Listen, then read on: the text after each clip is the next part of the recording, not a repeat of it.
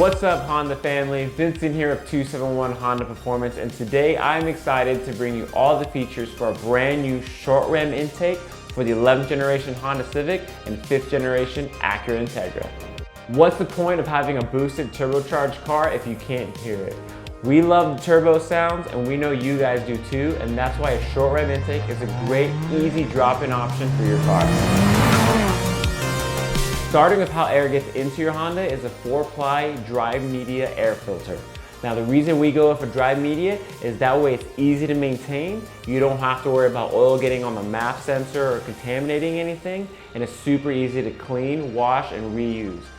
This intake system is going to come with a precision machine built aluminum MAP housing.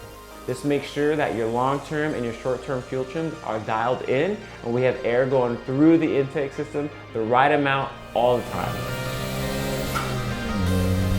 We know a big thing with intake systems is we want to hear it. It's super important for us. We want to be able to enjoy the sights and sounds and everything that is turbocharger, and this short ram intake sounds amazing. Just take a listen for yourself.